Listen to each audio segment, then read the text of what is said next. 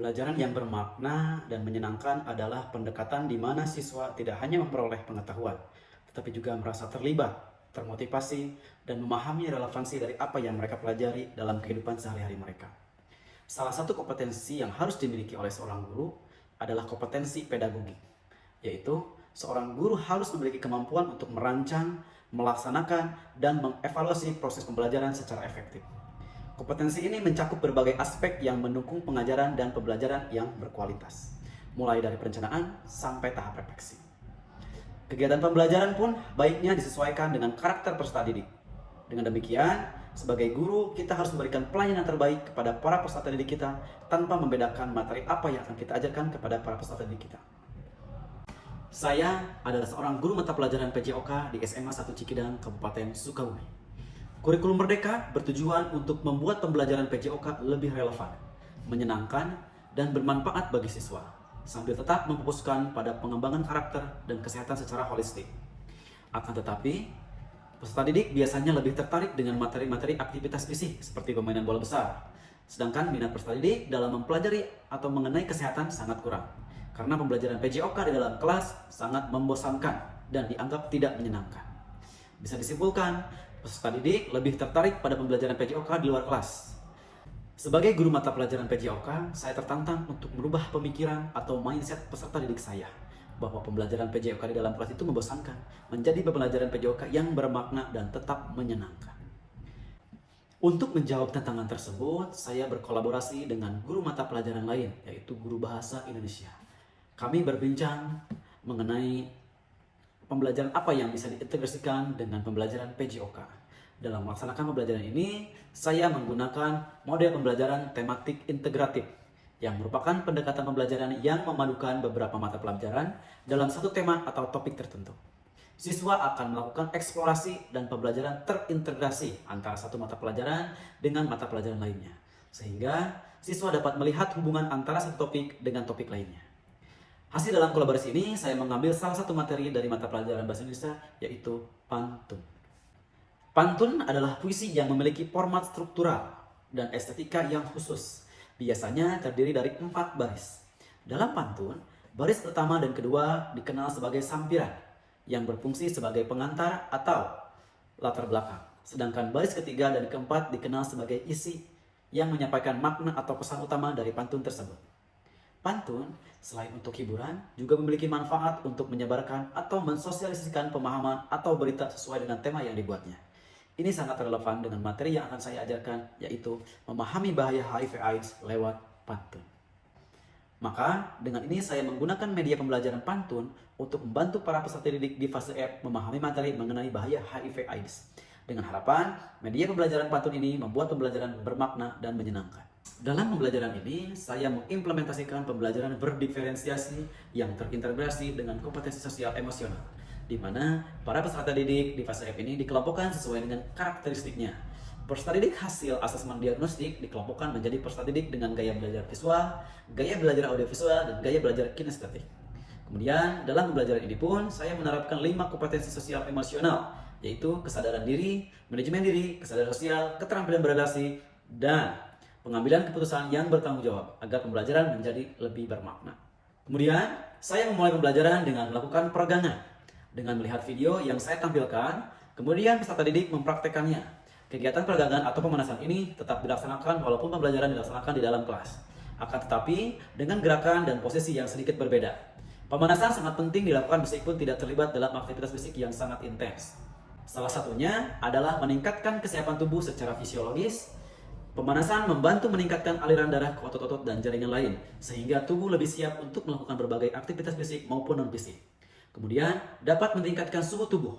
Meski tidak langsung diikuti oleh aktivitas yang berat, pemanasan dapat meningkatkan suhu tubuh, yang membantu menjaga fleksibilitas otot dan sendi, serta mengurangi risiko cedera. Setelah itu, saya memberikan pertanyaan kepada peserta didik tentang materi yang sudah dipelajari minggu lalu, untuk dikaitkan dengan materi yang dipelajari pada hari itu. Kemudian, peserta didik memperhatikan tayangan video yang sudah dipersiapkan mengenai bahaya HIV/AIDS bersama-sama. Setelah melihat tayangan video tersebut, diharapkan peserta didik dapat memahami mengenai bahaya HIV/AIDS dari mulai penularan hingga cara pencegahannya. Kegiatan selanjutnya, saya memberikan arahan dalam membuat media pembelajarannya, yaitu pantun. Dalam membuat pantun, ada beberapa hal yang perlu diperhatikan untuk memastikan pantun tersebut sesuai dengan kaidah dan memiliki makna yang jelas. Pertama, menentukan tema. Tentukan tema atau pesan utama dari pantun yang ingin dibuat, karena sesuai dengan materi pembelajarannya. Jadi tema yang dibuat adalah mengenai bahaya HIV/AIDS. Kemudian yang kedua, membuat sampiran. Sampiran adalah dua baris pertama dari pantun yang berfungsi sebagai pengantar. Meskipun tidak selalu berhubungan langsung dengan isi, sampiran biasanya menggambarkan sesuatu yang bersifat umum. Sampiran biasanya menggunakan unsur alam, objek sehari-hari, ataupun situasi umum yang familiar. Contohnya, harus kemana membeli pete? Pergi saja ke Pangandaran. Nah, kemudian yang ketiga, menyusun isi. Isi adalah dua baris terakhir yang menyampaikan pesan utama dari pantun. Isi harus mengandung makna atau pesan yang jelas sesuai dengan tema yang dipilih. Isi harus berkaitan dengan sampiran secara rima dan memberikan pesan yang bisa dimengerti. Contohnya, mari berantas penyakit HIV dengan tidak bergonta-ganti pasangan.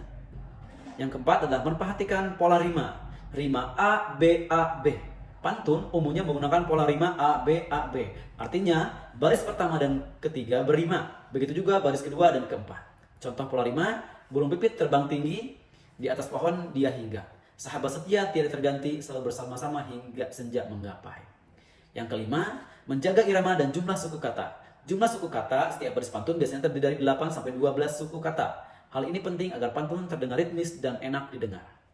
Kesimpulannya, membuat pantun membutuhkan kreativitas dalam memilih kata-kata yang berima, menjaga struktur serta mengolah makna yang ingin disampaikan. Setelah menyampaikan mengenai media pembelajaran pantun, selanjutnya adalah peserta didik dikelompokkan sesuai dengan karakteristik gaya belajarnya.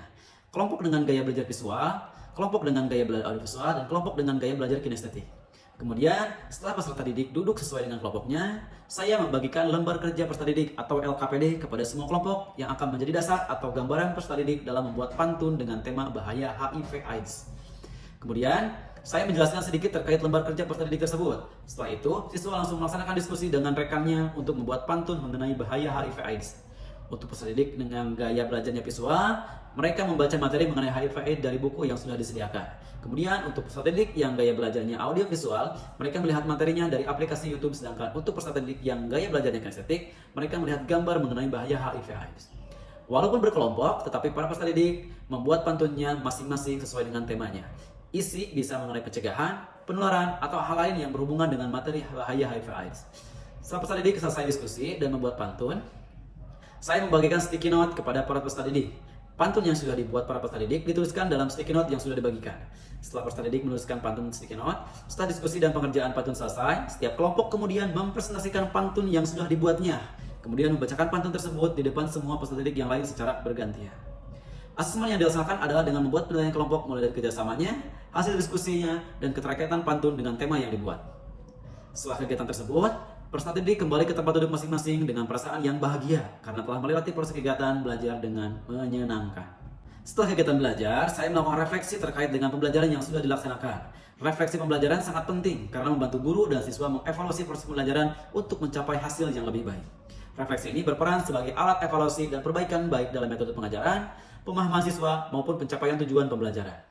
Untuk menguatkan pemahaman peserta didik mengenai bahaya HIV/AIDS, saya membuat game untuk melihat kemampuan pemahaman peserta didik dengan menggunakan aplikasi EducaPlay, di mana dalam balik tersebut ada 10 pertanyaan dengan materi bahaya HIV/AIDS.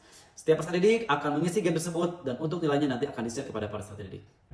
Memberikan pembelajaran yang menyenangkan adalah proses mengajar yang dirancang untuk membuat siswa merasa terlibat, termotivasi, dan antusias saat belajar.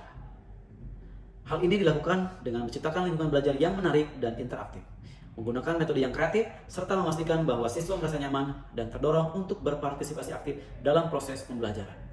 Pembelajaran yang menyenangkan bertujuan untuk menghubungkan siswa dengan materi pembelajaran secara positif sehingga mereka lebih mudah memahami dan mengingatnya.